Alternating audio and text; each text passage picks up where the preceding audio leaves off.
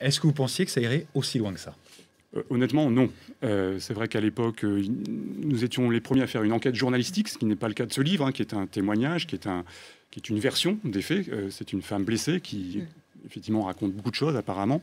Mais c'était voilà, on est arrivé à un moment charnière où on commençait à voir justement une nouvelle génération de femmes, parce que c'est ça que ça veut dire, ce livre, c'est le modèle français très, très spécifique du mâle dominant et de la femme qui est reléguée au second rôle. On se souvient des femmes de chefs de l'État jusqu'alors étaient plutôt derrière les rideaux. Et ben aujourd'hui, c'est la fin d'Yvonne de Gaulle, quoi. C'est la fin d'Yvonne de Gaulle et des autres. Mais c'est vrai qu'on avait vu que Ségolène Royal avait, de manière un petit peu plus douce en tout cas, avait dit ce qu'elle pensait de la relation de François Hollande. Elle avait évoqué d'ailleurs une relation de bigamie, ce qui était extrêmement fort. Cécilia Attias, ex-Sarkozy, avait aussi fait ses valises de manière assez abrupte. Et là, c'est vrai que c'est un aboutissement. Et c'est vrai que je pense que peu de personnes avaient prédit qu'on pourrait en arriver là. Ouais, là, on est vraiment dans la vengeance. Et c'est une première sous la Ve République parce que le chef de l'État, il est toujours en exercice. Ça peut faire beaucoup de tort, ça, à la fonction présidentielle, même pas l'homme, la fonction. Disons que jusqu'à présent, les Français toléraient totalement les incartades des hommes politiques. Les maîtresses, les enfants cachés. Ça faisait partie de la tradition française et c'était pas un handicap. Là, ce qui est plus gênant, c'est qu'on est sur le terrain, on découvre un François Hollande qui ne correspond pas effectivement à l'image que l'on a de lui. On est sur le terrain on perçoit à travers ce livre quelqu'un de calculateur qui envoie visiblement des SMS pour essayer d'arranger les choses, quelqu'un d'un peu cynique et quelqu'un d'un peu macho. Alors je ne pense pas qu'il emportera un préjudice sur le long terme, mais c'est vrai qu'il n'avait pas besoin de ça en ce moment. Alors vous avez un peu ouvert la boîte de Pandore quand même. Est-ce que vous pensez que ça va dans le bon sens, cette transparence? Est-ce que c'est utile ou est-ce que là, c'est allé trop loin? Après avoir fait un livre comme celui-là, je serais mal placé pour vous dire que ça ne va pas dans le bon sens.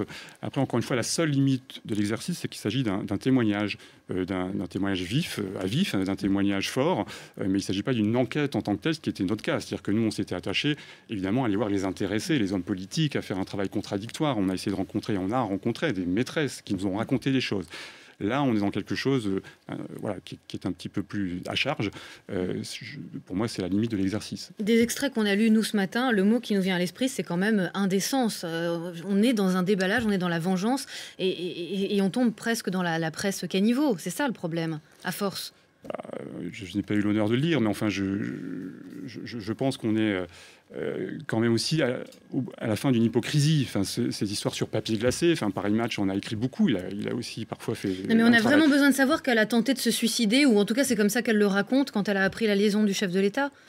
Ça faisait partie des choses que le petit Paris médiatique savait. Là, elle l'écrit, elle le dit noir sur blanc. Je ne sais pas si c'est très utile et si ça dit des choses sur la fonction. Ce qui est certain, c'est que ça nuit à la fonction présidentielle. On est bien d'accord là-dessus.